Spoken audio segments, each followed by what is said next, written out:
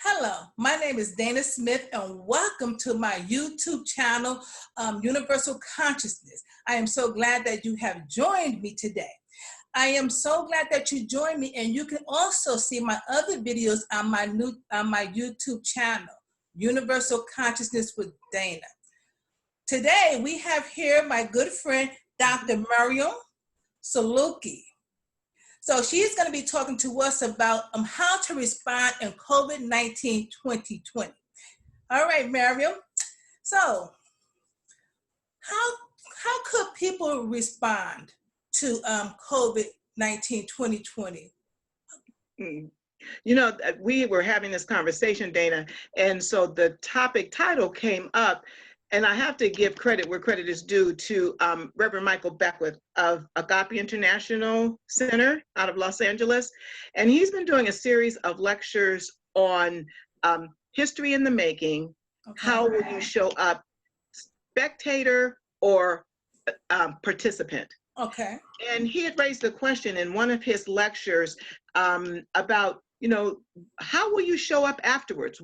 How do you want to use this time of reflection, of regeneration or rejuvenation to show up? Because we're in a shift, because there's just so much going on. We've had time to reflect, we've had time to relax and think about different things, you know, reevaluate our priorities, reevaluate our values. And so he was basically also referring to that this is a very historical time because of what is happening across the country in terms of race issues. So he says, how are you going to show up? Are you going to be a spectator or are you going to be a participant? And when he raised that question, it gave me some time to think about it. And so that's where this question came from. I had a lot of time to think about it, especially given that I'm coming from a period right now, coming out of a period of great cynicism. I must admit that when Trump was elected president, and all of the racial disharmony and all of the strife that became visible after the election, it threw me into seriously a great state of cynicism and pessimism. And, you know, really, I think I've sort of had hit rock bottom in my spirit, mainly because, you know, I came through the civil rights movement. And I have to admit, for a lot of us who were young then, just like many of the young people now, I had this great hope and really thought that that change was going to occur during our lifetime. And what we saw was a movement forward that was then stopped.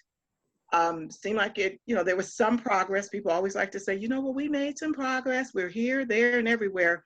I didn't feel that way because I didn't see that much of a difference.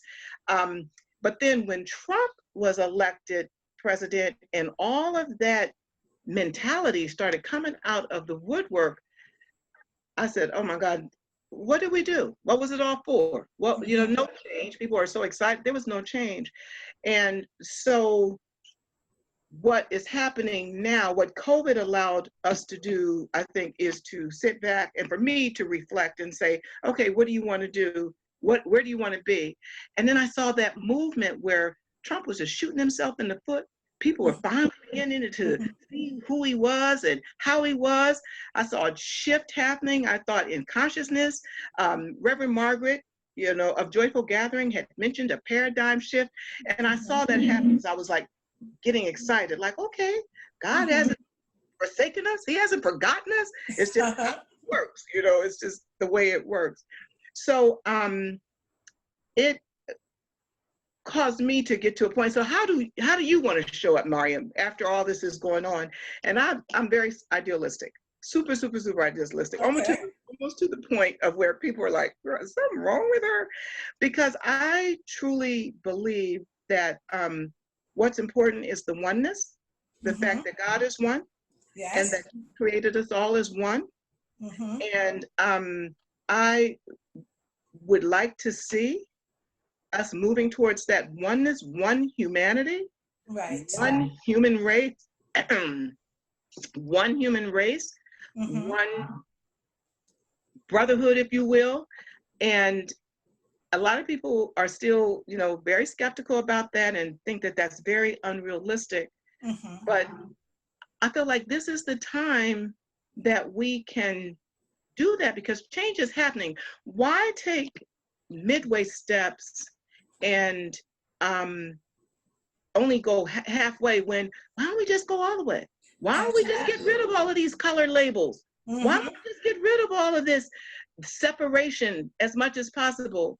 There's a verse in the Quran, and it says, I made you tribes so that you would know one another, not so that you would have enmity between each other, not so that you would use that as a source of discord or disharmony, but just so that you would know where you came from. So you would know, your cultural background, your history, but we've made it who we are.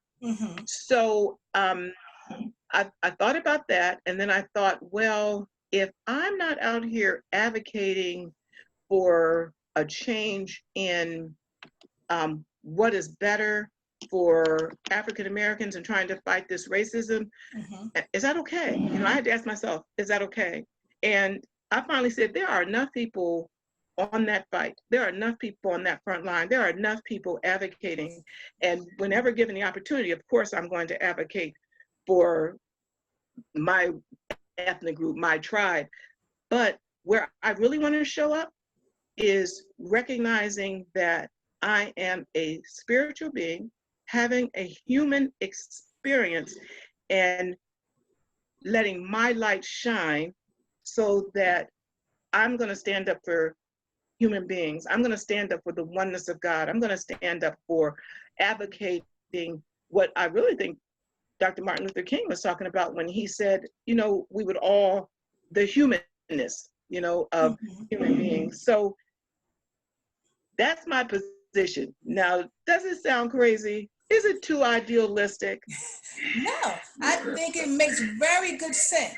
I think it makes very good sense in how we want to show up. We all get to make that choice for ourselves. And as we know in our teaching, there's one mind, and we all making use of that one mind. It's a collective consciousness. Right. Now, while a majority of people right now, they want change. Yes. So we all have to hold the consciousness for change, a world of one race and one people that's fair to everyone, to all of us. Right. So right. I think it's very realistic what you're talking about, because a lot of times in crisis like this, and Dr. Reverend Michael Beckwith spoke about that also. In a crisis like this also comes a resolution, because it has to be you have to be exposed before something can actually be healed. Right. So right now, all that underlying racism is now being exposed. And it's in the process of healing. Right. And that's how I like to look at it, Right.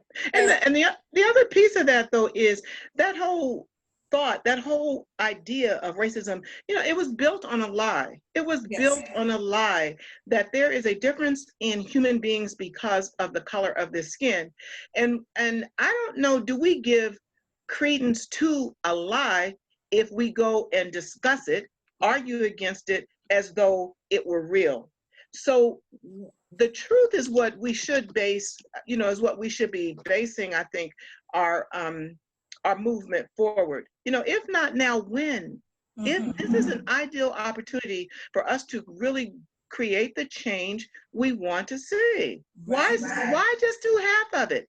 Why not go for the ideal, and what they say, shoot for the star, and then you will fall, somewhere, but somewhere in the middle. You're not going to fall all the way in the bottom.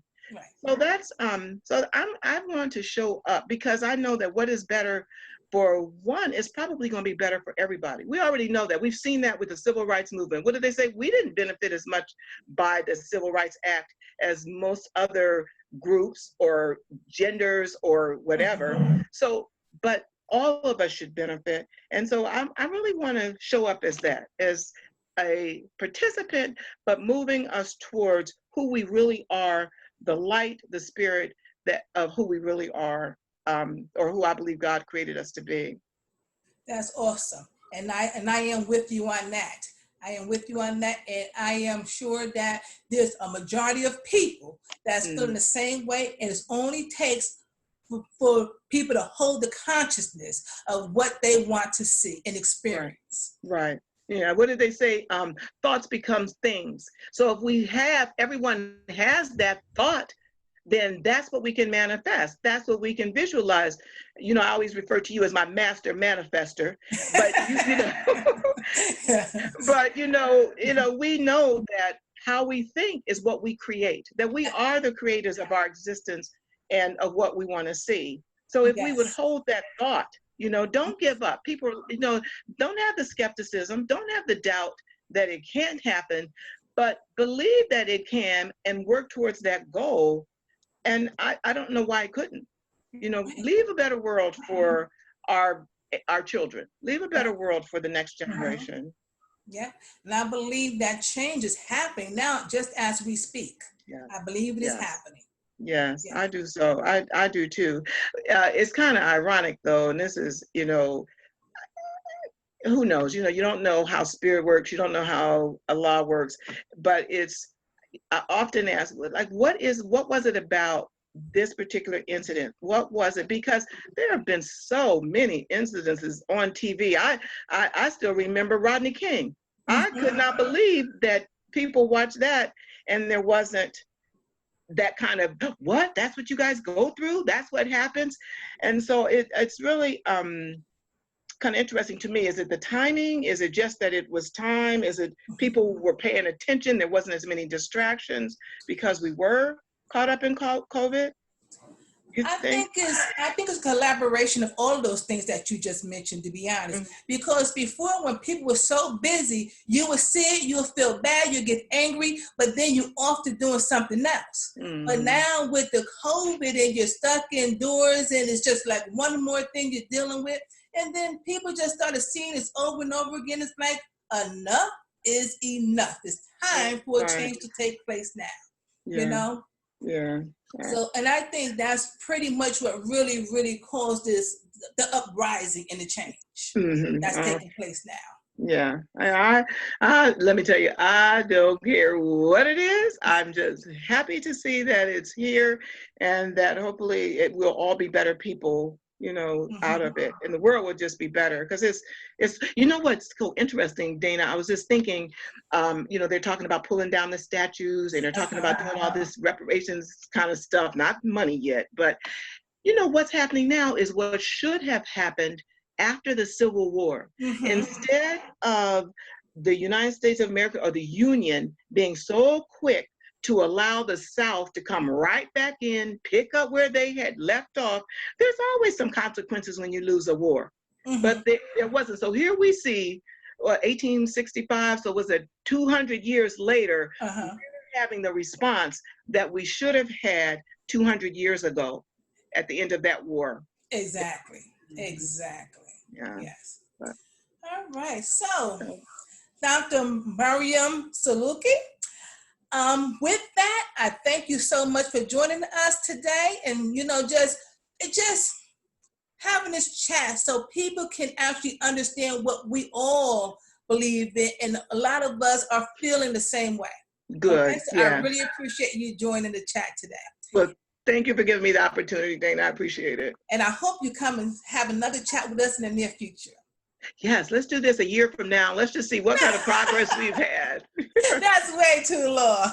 Okay. All right. I want to thank everyone for joining in. And if you ever want to have a chat with me about anything concerning the spirit, please feel free to contact me on Facebook or my YouTube channel, Universal Consciousness with Dana Smith.